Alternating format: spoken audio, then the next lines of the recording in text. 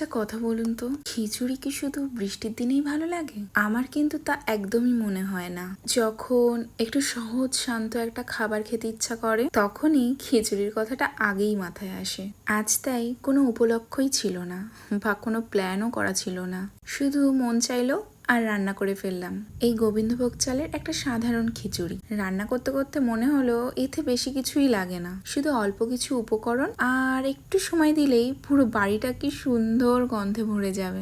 আর এই ভিডিওর একদম শেষে একটা ছোট্ট চমক আছে। চমকটা হলো গরম গরম ইলিশ মাছ ভাজার সেই মুহূর্তটা।